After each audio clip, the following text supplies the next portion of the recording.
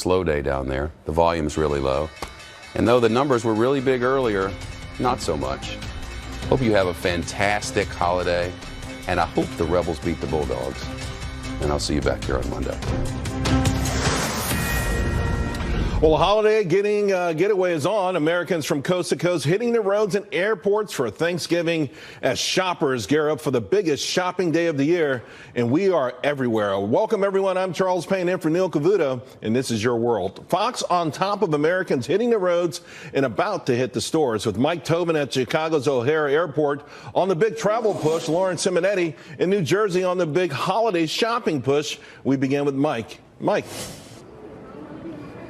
Well, we're expecting to see holiday travel push into record territory, up 5.4% from last Thanksgiving. We're expecting about 4.7 million people to come through the airports, and that means a record number of people being screened by TSA. The good news is that it's humming along. As I let you look live now at how things are going through O'Hare's Terminal number 3, you can see that actually looks like a pretty light day. As busy as it got, it never really got too far out of bounds from a normal Wednesday. And that's because the TSA saw this coming. They budgeted some overtime. They've got all of the positions at the screeners filled, and the lines are moving along.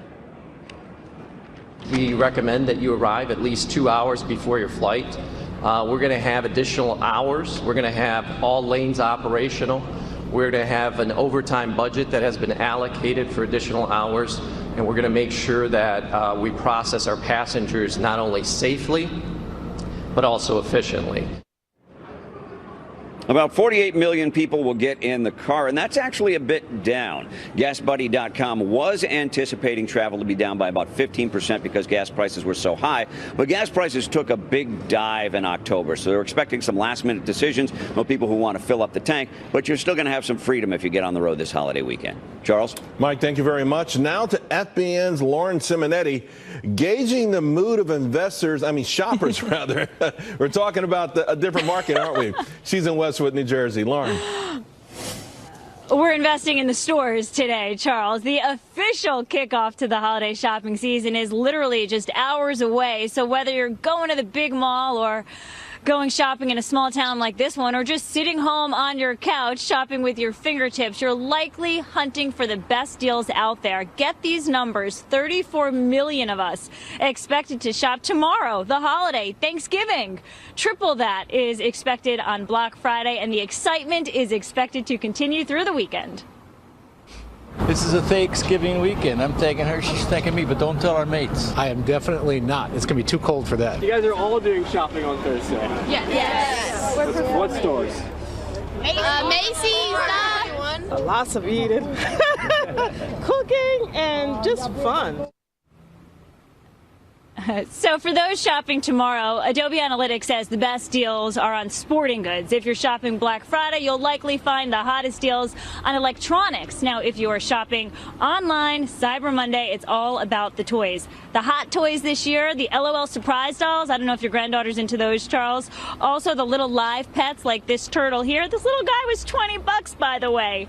But what's crazy about this is that if you look at the numbers this month, before the official kickoff to holiday shopping, $32 billion has already been rung up in online sales. Expect to add about $3 billion of that tomorrow on Thanksgiving, and about $6 billion to that, Charles, on the official Black Friday. All in, we are expecting online sales to top $124 billion this year. So happy shopping, and a little bit of a confession. I've been getting deals, Black Friday deals, all week. I did half of my shopping at work this week, Charles. Good. On the computer and on my phone. Well, I expect my gifts earlier than normal then. Lauren, thank you very much. Appreciate it. Hey, with millions of Americans hitting the roads and stores this holiday weekend, who says the economy is doing lousy? Even though the market's, seesawing back and forth, we had a rough few sessions here. The bottom line is it seems like folks out there really feel like everything's okay. We're going to ask Hal Lambert, CEO of Point Bridge Capital, and personal finance guru Larry Winget. Larry, we're hearing recession talk, inverted yield curves, crashing crude oil, and yet all the other things point to a very strong and confident consumer out there. You know, Charles, I spend most of my time traveling around the country talking to small business trade associations, and I see a lot of enthusiasm among small businesses out there. They feel good about jobs. They feel good about wages. They feel good about all the opportunities ahead of them. So I think confidence is way up, and we're going to end strong this year. How? Oh, it's going to be a fantastic holiday sales season. I mean, look at consumer confidence is near an all-time high. Unemployment is at record lows across all demographics: women, Hispanics, Black, Asian. You've got the consumer confidence number is the key for this employment number. And if you look at also at the paychecks that people have now, the tax cuts are in full effect. So you've got net pay up, and then you're getting raises coming through. You add on top of that the oil prices dropping, so you've got lower gas prices. These policies of President Trump have put more cash in people's pockets than ever before, and they're going to spend it this holiday season. I mean, Americans, let's face it, they have a lot to be thankful for this Thanksgiving. Yeah, you know, I feel like almost every Thanksgiving as an American I'm grateful, but certainly when the economy is humming. Larry, interesting enough, we had the consumer sentiment report out by the Michigan University. What I found to be very compelling is the top 1/3 of income households in this country, their consumer confidence went down over 6%. The bottom 1/3 rocketed more than 10%. We have been seeing Americans who have been shut out of the economic recovery for a long time really starting to feel good about themselves. Yeah, isn't that a great thing that people who have in the past been at the bottom are starting to feel good about their situation and their circumstances now? It's all because of what he just said, that we finally have a group of people that have more money in their pocket than they have in the past. And they're excited about that, thankful about that, and they're going to be spending some of that money for the first time in a long time. They feel good about their Christmas. Now, of course, Larry, you're real famous for telling folks, hey, it's good to be excited, but don't overdo it. We're not just talking about the turkey tomorrow, all right? You talk about spending. Yeah. You know, are we at a point where you want to sort of put out a word of caution?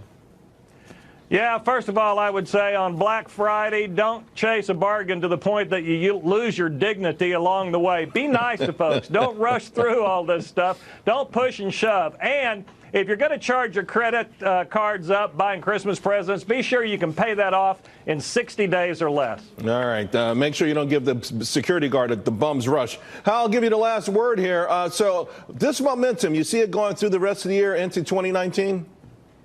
Absolutely. Look, consumers have more money in their pockets than ever before. And as we just said, they have a lot to be thankful for. They're going to be spending it. I think value and convenience are going to drive retailers. So if you're providing value and you're providing convenience as a retailer, you're going to do very, very well this season. All right, gentlemen, thank you both very much, and happy Thanksgiving. And happy Thanksgiving. The only obstacle may be the weather, right? Temperatures in the 20s along the East Coast, icy, cold winds that could actually even ground the Macy's Thanksgiving Day Parade. Some of those balloons may have to be grounded. Meteorologist Rick Reitmuth is with us. He's in the Fox Weather Center, keeping track of all of this. Rick, I'm getting chilly just tossing this to you. I know, but here's the deal. It's going to be better by Friday once you're going to go outside to shop. Okay.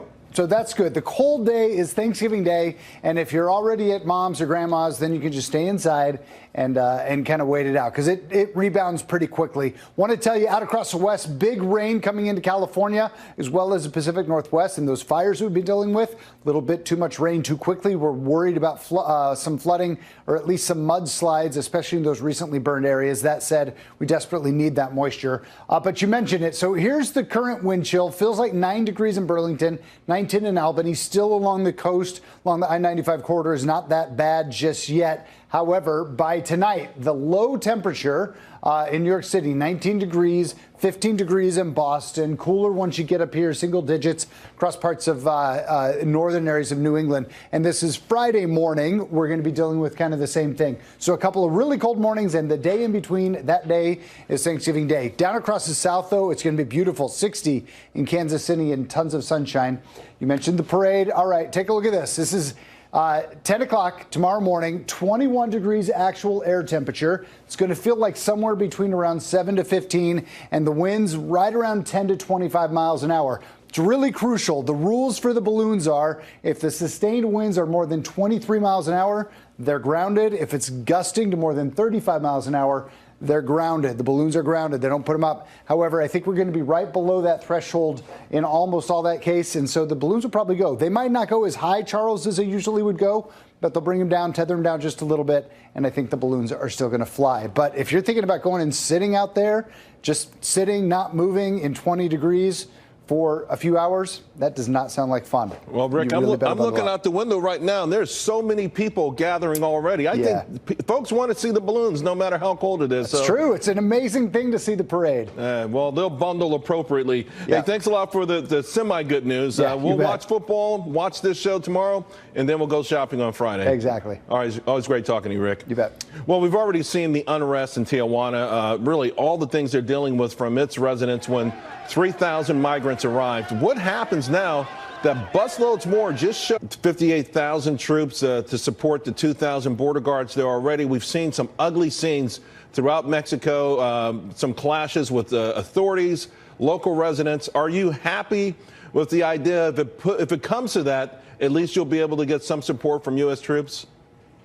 So we're actually very happy that the President Trump is supporting our Border Patrol agents, and he's putting America first. It's very interesting, Charles, because we've never seen this before, but we're very appreciative that we have the military, that our ports of entry have been fortified, and that we now can do our job and try to secure the border. No other president has ever done this before. Of course, I meant 5,800 troops and not 58,000 troops. Now, that being said, this is a situation that no one has ever dealt with before. There's been a race to put a barbed wire and things like that. There's so many miles, though, to protect, and there's so many unknowns. How do you feel about this now? The moment of truth is coming upon you very quickly. Well, it's like you said, it's never been done before. And guess what? We do have to take these extreme measures. If people try to come over that border fence or that border wall, or they try to cross the Rio Grande River down in Texas, we're going to have to stop those people. We're going to have to arrest them, detain them, process them, and hold them. And we won't be able to do that without the help of the U.S. military. This is definitely not a political issue, and this is just about border security and caring about the American public and the American communities. Well, what do you anticipate? Because we just had a court ruling essentially saying, hey, if you get to this country and you can get your foot on American soil, you get a chance to go through the asylum process, which has been criticized by many people and is, and abused, as we all know. So how do you guard against something like that? So we do expect for people to start crossing the border illegally. Our Border Patrol agents are ready. They've been trained. We do have our U.S. military members that are also at the ready to be able to process these people and detain these people, as a matter of fact. And if it wasn't for the actions of President Trump of sending the military, there was no way our Border Patrol agents would have done this job without that support. Because you have to keep in mind that we don't have detention space. We don't have the proper transport vehicles. And because of the military, now we'll be able to handle this type of work. Now, it's not going to be easy. A lot of our agents will be assaulted.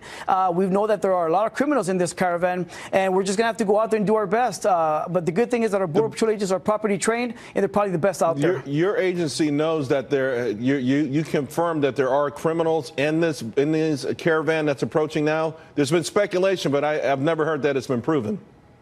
So there should be no speculation. What's interesting is that our U.S. government has great intelligence in this country, and we do have confirmed information that there are numerous criminals in this caravan. We know that there are people in this caravan that have been deported after serving time. As an example, our Border Patrol agents arrested a couple weeks ago an alien that had been convicted of murder in Austin, Texas, and days after he was deported, he was apprehended by our Laredo Border Patrol agents. So we know for a fact that these criminals, once they get deported, once they're coming from their countries, these gang members, we know that they're going to make it into the United States, or they're going to try. Real quick, Hector, they'll be met by our Border Patrol agents. Before we wrap it up, the overarching majority of these folks coming in, will it be catch and release, or catch and house in these temporary quarters that the military helped build? How are you going to handle them once they cross the border? So we are working with President Trump to make sure that this is catch and detain, so we can do away with catch and release. Our union, our Border Patrol Council, had a meeting with President Trump this week, and that was the main topic of discussion. So we are looking forward to catch and detain. All right. Listen, be careful. The world's watching, and we hope it goes peacefully. And everyone's thinking about you and your team. Thank you very much. Thank you, Charles. Chief Justice John Roberts delivering a supreme slapdown to something President Donald Trump just said. Kevin Corke is in West Palm Beach, where the president is nearby in Mar-a-Lago. This is some serious stuff, huh, Kevin?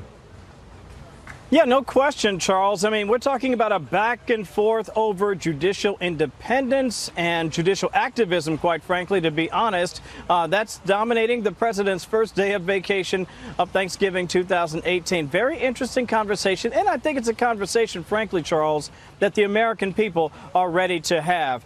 This actually all began when the president openly criticized a judge by the name of John Tiger for preventing the administration from enacting new restrictions on asylum seekers. Now, that ruling, in effect, places a hold on the administration's plans to keep potentially thousands of migrants, as you were just pointing in your previous interview, from being granted access to our country. And what White House officials have suggested is akin to exploiting a loophole in our laws. Well, just yesterday, the president said this about that ruling. It's very unfair when everybody files their case in the Ninth Circuit. They file it for a reason. This was an Obama judge. And I'll tell you what, it's not going to happen like this anymore. Okay, so that brought this response from the Chief Justice of the U.S. Supreme Court, Justice John Roberts, who wrote this. We do not have Obama judges or Trump judges, Bush judges or Clinton judges. What we have is an extraordinary group of dedicated judges doing their level best to do equal right to those appearing before them. That independent judiciary is something we should all be thankful for. But as you can imagine, Charles, if it's out there, the president hears about it, he's going to head to Twitter to make sure he can communicate with as many people as quickly and as possible. He wrote this within the hour, tweeting, "Sorry, Chief Justice John Roberts, but you do indeed have Obama judges, and they have a much different point of view than the people who are charged with the safety of our country." He added this: "It would be great if the Ninth Circuit was indeed an independent judiciary, but if it is, why are so many opposing views on border and safety cases filed there? And why are the vast number of those cases overturned? Please study the numbers. They are shocking. We need protection and security. These rulings are making our country unsafe, very dangerous, and unwise." Now, part of the frustration stems from the many challenges to Trump policies from Obama-appointed judges, notably in California, as you and I have talked about previously, also Hawaii, as in the travel ban, and even recently, Michigan, as in the Iraqi illegal immigration ruling. A very timely conversation, one we're having on vacation. Charles? Well, I did read where the Ninth Circuit, I think 79% of these decisions have been overturned, and judicial activism has been a big topic on both sides of the aisle, so this won't go away. Yes, Kevin, sir. Have a great Thanksgiving. Thank you very much. Thank you, buddy. More protests and clashes in Venezuela today against that country's socialist government, why New York City Mayor Bill de Blasio may want to pay attention. And later, shoppers getting ready to bust down those doors Friday. But what about millennials? Why stores are pulling out all the stops. De Blasio sparking new controversy after saying that he wants the city government to control property development rents, all of it. And he cites his socialistic impulses. The Fox Business Network's Charlie Gasparino. And, by the way, we did invite Mayor de Blasio on the show, and we haven't heard back from him. I wonder why. Yeah, but it's so nuts. It's kind of funny that, if you juxtapose him from the president sometimes says crazy stuff, right? But his policies are kind of conventional normal. This guy sounds normal, but his policies are so out there. He's so radical. He's even radical for New York City, which used to have I covered New York City politics for government and sometimes politics for a long time. It used to own stuff. It reversed that trend, starting with Dinkins into Giuliani, where it basically started selling stuff that it owned. It owned hotels. It owned a lot of stuff. It's sort of unraveling that because it's hard for a government to be this big and to operate efficiency. This guy wants to turn back the clock. And it's interesting that he wants to turn back the clock as he cuts a crony capitalism deal with Amazon. Gives them all these tax breaks to re-gentrify a neighborhood that's already gentrified. It really is a shame that this guy is still mayor. And people, I'll tell you, the New York Times did everybody a disservice. When he was running for mayor, he was running against a moderate, smart, business-friendly Democrat named Bill Thompson. He's now the head of CUNY. I know Bill very well. Before the election that put de Blasio in there, they should have ran the story that they eventually ran when the Republican was in there. It was that Bill de Blasio honeymooned in Cuba, gave aid and comfort to the Sandinistas, and really has the heart of a commie. And they didn't do that because that would have hurt him in that primary, which was very close, that Democratic primary. It makes me wonder, though, if that would have been enough because... It would have been at the time because it was very close. It just needed a change. Well, Bill was a good candidate to your point, too. But, Yes. I think about also in the last week, a federal judge rejected a settlement. The New York Housing Commission, which runs the public housing projects, ran for a decade. They hid problems from rats, lead paint. And last winter, 80% of these 400,000 people went large swaths of the winter without heat. It's really disgusting. He rejected it. The judge said he spoke to these residents and that the squalor that they lived in, and Mayor de Blasio wants to expand that to the entire city. It's just shocking. It's shocking that he can't manage what he already has. Right. I mean, if you know anybody that lived in housing, like my cousin and my mother lived in housing projects in the Bronx, they were much better than they are now. It's really a cesspool right now. It's a cesspool because the city government can't manage them right. Yeah. And the guy at the top is giving tax breaks to Amazon while kids are getting sick off of lead poisoning from peeling. Or grandmothers are walking 20 flights because the elevator is broken. Rats in or your food. Kids are freezing because the heat doesn't work. I mean, it's really... 400,000. Charlie, I bet you 90% of them voted for de Blasio back in office. We got to leave it there. They probably did because he's got the Democratic Party locked up, and that's locked up this entire city. Sad. Hey, have a great Thanksgiving. You too. Well, it looks like a very happy Thanksgiving for Nancy Pelosi as one potential challenger. New reports say left-wing lawmakers and groups are warning moderate Democrats of, quote, serious backlash if they vote against Pelosi for House Speaker. Garrett Tenney has more on from the nation's capital. Garrett. Well, Charles, it's important to remember here that it was these moderate Democrat candidates in Republican districts who helped the party retake the House in the midterms. Now, not voting for Nancy Pelosi was an important campaign promise for a lot of these candidates, but progressive groups such as Move On are warning them and other moderates against voting for anyone other than Nancy Pelosi. If they don't get on board, the group is reportedly prepared to support candidates to run against them in primaries. It is notable, though, that progressive groups did not come out in support of Pelosi until after she agreed to give progressive House leaders more seats on powerful committees. That's when Move On tweeted, quote, "We strongly support and call on all members of the Democratic caucus to support Nancy Pelosi for Speaker. Were it not for her skilled and effective leadership, the ACA would not be law today. Dems must reject attempts to defeat her and move the caucus to the right." Now, Nancy Pelosi is known as a master deal maker, and we're seeing a lot of that this week already. Today, one of the 16 Democrats who signed a letter vowing to vote against her announced he's changed his mind. In a statement, New York Congressman Brian Higgins said, quote, "Following conversations with Nancy and other caucus leaders, I have renewed confidence that more voices will be heard, that members will each have greater opportunities to advance policies meaningful to the communities and country we love." Now, that is quite a change from earlier this year when Higgins called Pelosi, quote, "aloof, frantic, and misguided." Now, this is also possibly an indication that with still no viable challenger, a lot of Democrats are starting to view Pelosi's appointment as inevitable and are starting to file in and get on board. So now I know what they mean when they say use of political capital. I get it. I understand. Yeah. All right, Gary, thanks a lot.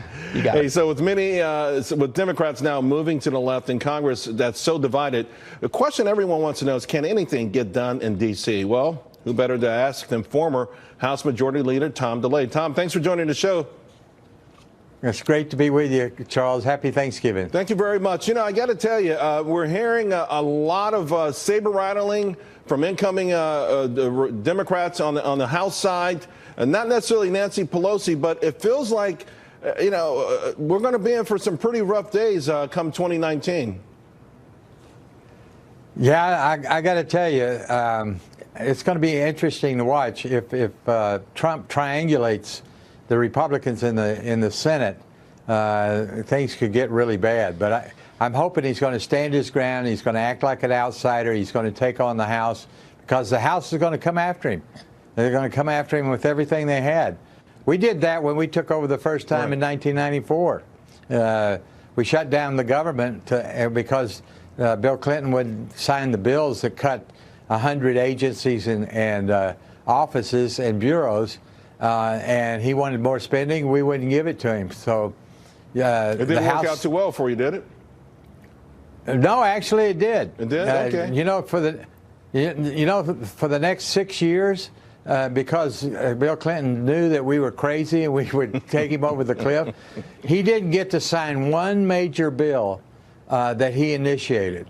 The entire agenda was set up by the House: welfare reform, balancing the budget, and so forth and so on. But he did, though. No, he was great. He did react, though, to the message of the people. It felt like, Bill Clinton, even Ronald Reagan, after a midterm loss, seemed to sort of shift gears a little bit, do some things he was uncomfortable with, but at the same time, listening to the American public. And you got to wonder, legislate or investigate. The Dems seem to have one of these choices, and I'm not so sure they're not going to spend so much time digging up dirt on Deutsche Bank.